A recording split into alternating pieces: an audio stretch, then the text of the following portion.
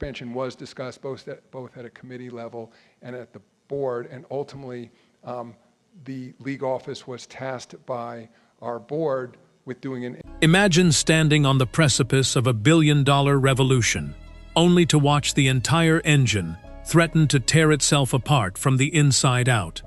For decades, executives searched endlessly for a single spark that could launch professional women's basketball into the absolute stratosphere of global mainstream pop culture.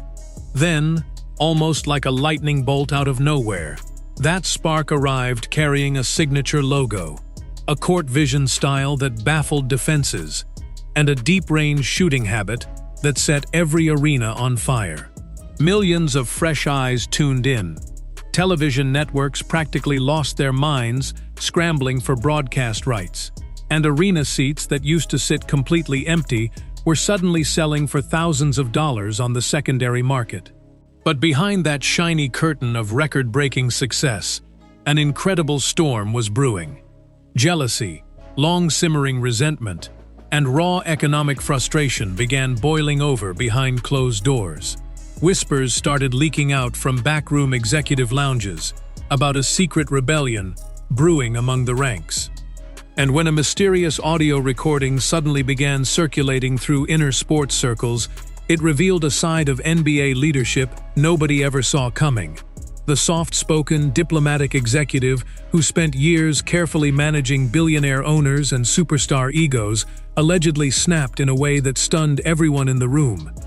But to truly understand how a commissioner was pushed to the absolute edge, you have to look at how quickly the entire landscape transformed overnight. When Caitlin Clark stepped onto the professional hardwood, she wasn't just another highly touted rookie entering the league with big expectations. She was a cultural phenomenon who brought a massive, insanely loyal audience with her from her college days. Almost overnight, viewership numbers exploded by hundreds of %, beating out long-established men's playoff games and filling arenas that had previously struggled to sell out lower bowls. Merch tables were cleared out before the opening tip, and corporate sponsors began throwing absurd amounts of money at anything connected to her name. For the overall business of the sport, it was the exact holy grail scenario executives had spent 25 years praying to see.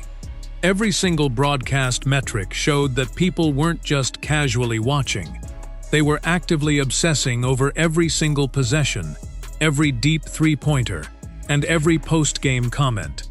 Major television networks realized they were sitting on an absolute goldmine, quickly adjusting their primetime schedules to feature every game she played. But while the front office accountants were celebrating what looked like an endless flow of revenue, the vibe inside the actual locker rooms across the country was taking a drastically dark turn. The sudden shift in attention was creating a level of tension that no PR team could possibly cover up for long. And what started as subtle side eyes and icy comments was about to turn into something far more dangerous. It didn't take long for that rising internal friction to spill directly onto the hardwood for the entire world to see. Night after night, viewers watched as the rookie was subjected to physical play that seemed to go way beyond normal defensive intensity. Hard fouls, non-call shoves, and aggressive taunting became a regular staple of every broadcast, leading to endless debates across sports media landscape. Veteran players who had spent a decade fighting in the trenches, flying on commercial flights, and playing for modest salaries felt completely overlooked by the sudden, overwhelming obsession with a single newcomer.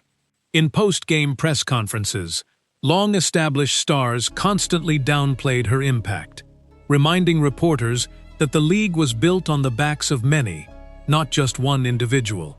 The narrative quickly turned into an uncomfortable dynamic of veterans defending their territory against an outsider who was getting the red carpet treatment. Behind the scenes, the atmosphere was even tenser, with reports emerging of heated group chats and private locker room discussions focused entirely on the disparity in media coverage and endorsement opportunities. The veterans felt they had paid their dues through years of hard labor without getting a fraction of the recognition, while the rookie stepped into immediate superstardom. This wasn't just a basic rivalry over points and rebounds anymore. It was a deeply personal clash over respect, legacy, and cold hard cash. And as the physical play on the court grew more aggressive, the underlying economic frustration was setting the stage for an explosive confrontation. To understand why the league's top leadership panicked at the first sign of player unrest, you have to follow the massive trail of money extending all the way up to the highest offices in New York. NBA Commissioner Adam Silver and his board of governors weren't just passive observers in this dynamic. They were deeply invested in the long-term financial viability of the product. For years, the NBA had subsidized the Women's League, absorbing millions in operational costs to keep the momentum going in hopes of an eventual breakout moment. Caitlin Clark was that breakout moment, the exact key required to unlock massive new media rights deals, multi-million-dollar arena arrangements, and lucrative global streaming packages.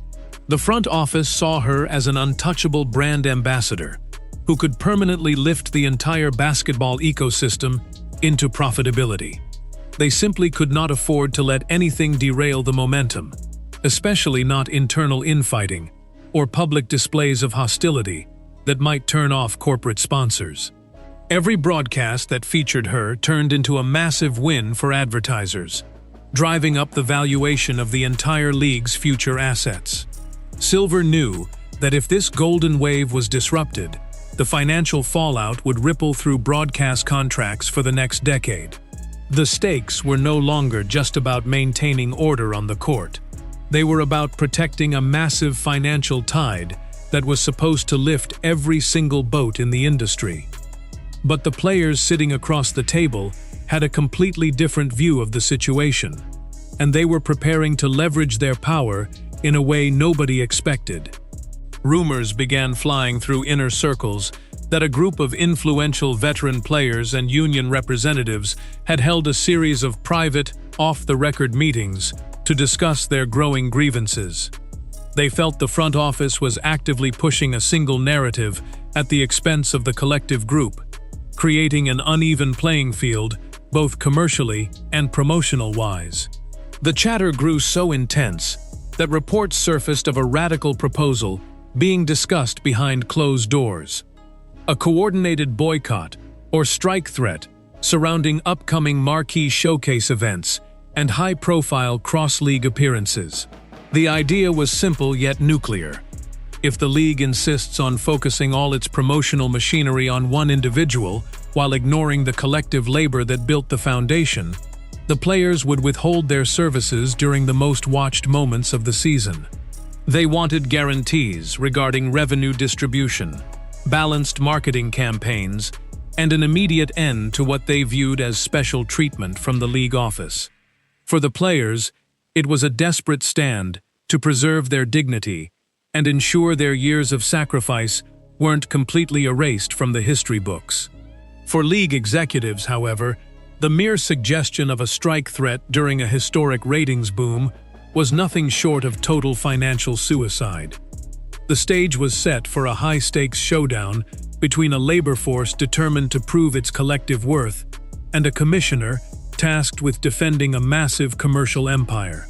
That was the exact boiling point where the alleged leaked audio recording entered the picture, sending shockwaves through the entire sports universe.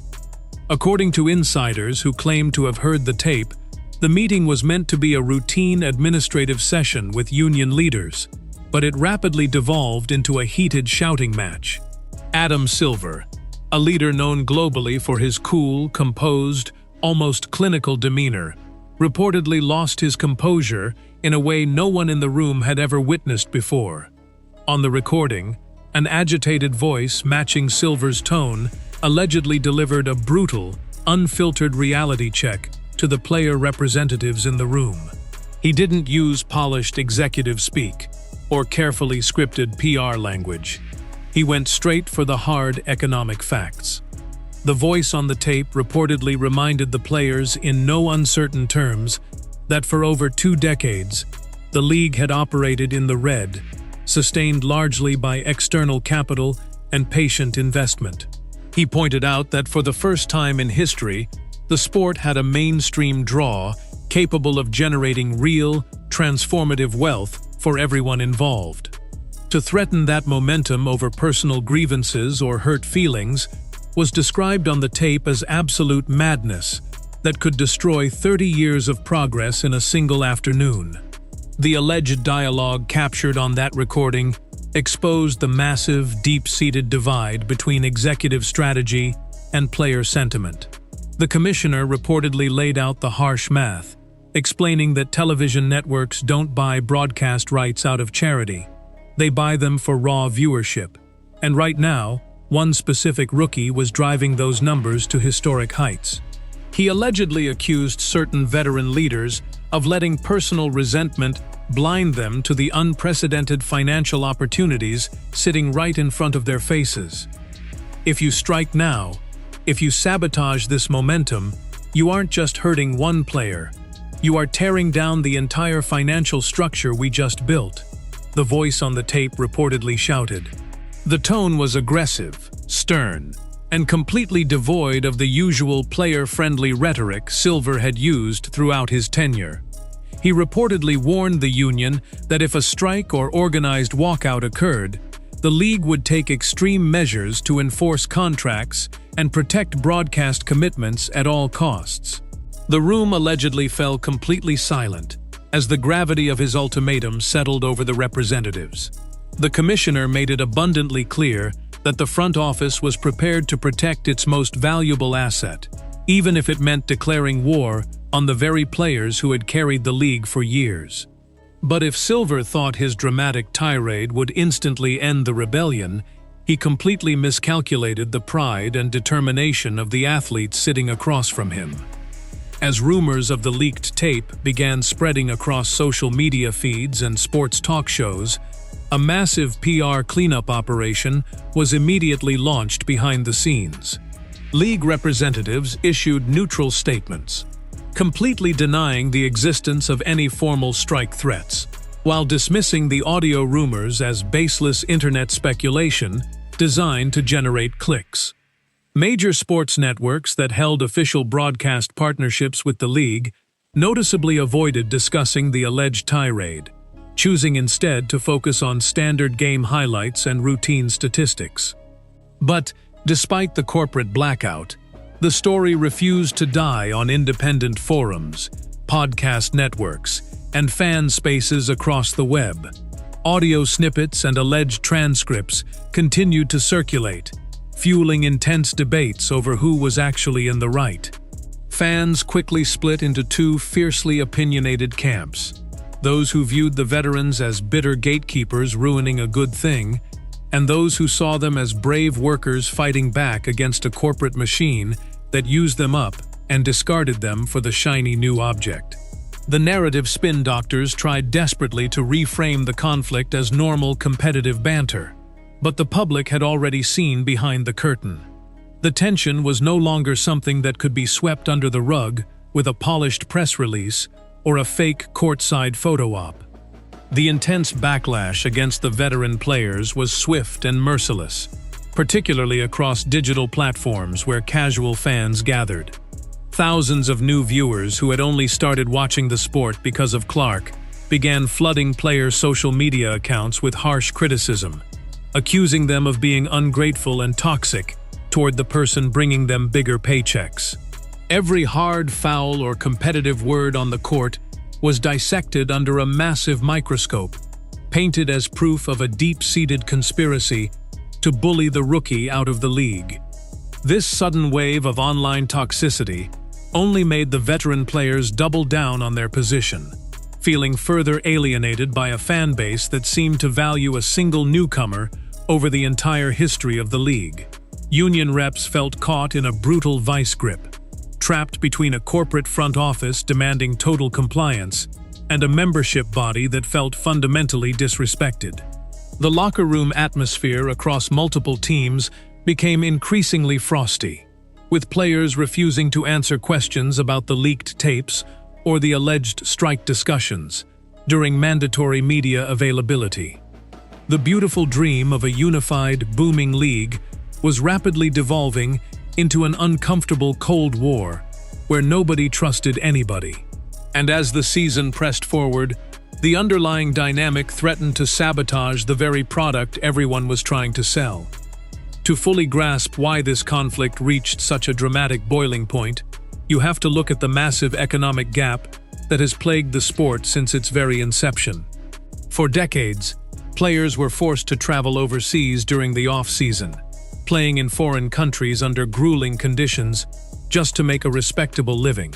They built the league through sheer force of will, playing in front of tiny crowds in secondary venues while receiving virtually no mainstream television coverage.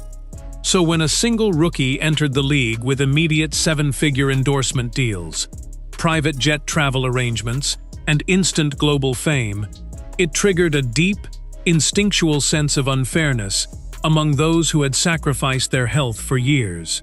The veterans felt that the system had suddenly found money, resources, and prime-time TV slots that were somehow never available when they were the ones carrying the torch. From their perspective, the strike threat wasn't about hurting a rookie. It was about demanding that the front office extend that same elevated treatment, investment, and financial compensation to the entire collective labor force. They wanted charter flights for every team, higher roster salaries, and better long-term health coverage, things they felt were long overdue, given the sport's sudden explosion in valuation. But in the cold, ruthless world of sports business, leverage is determined by raw ratings, and the front office knew exactly where the viewership numbers were coming from. The executive suite viewed the entire situation through a completely different lens, one focused on cold metrics, investor confidence, and long-term scalability. From Adam Silver's perspective, you don't build a sustainable sports empire by treating every single asset as equally valuable when the market clearly says otherwise.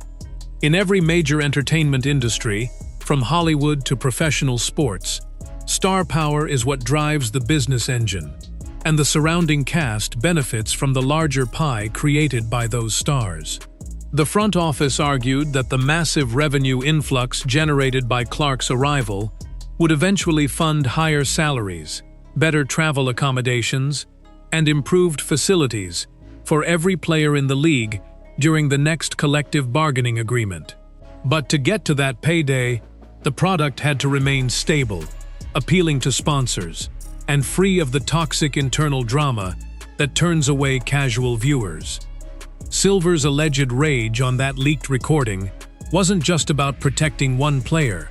It was about protecting the delicate financial bridge, connecting a struggling league to a prosperous future. He saw the strike threat as a catastrophic act of self-sabotage that could scare off broadcast partners right at the negotiating table, potentially ruining the best chance the sport would ever have to secure long-term financial independence. As the weeks rolled on, the physical play on the court showed no signs of softening, with opponents continuing to test the rookie's resolve at every opportunity. But instead of backing down or complaining to the media, Clark continued to let her game do the talking, breaking passing records, knocking down signature logos threes, and drawing sellout crowds wherever her team traveled. Her resilience only enhanced her public image, turning her into an even bigger heroic figure in the eyes of the general public, while making her critics look increasingly unreasonable. The media narrative shifted from questioning whether she could handle the physical transition to marveling at her ability to produce historic numbers despite playing with a target on her back. Sponsorship deals continued to pour in, and arena security had to be significantly increased to handle the massive crowds gathering hours before tip-off just to watch her warm up. The sheer economic reality of her presence became impossible for even her most vocal detractors to deny. Every arena she visited experienced massive spikes in concession sales, parking revenue, and local tourism, proving that her draw was a genuine economic engine. Yet, beneath the surface of these sold-out games and glowing broadcast segments, The rift between the player union and the front office remained wide open.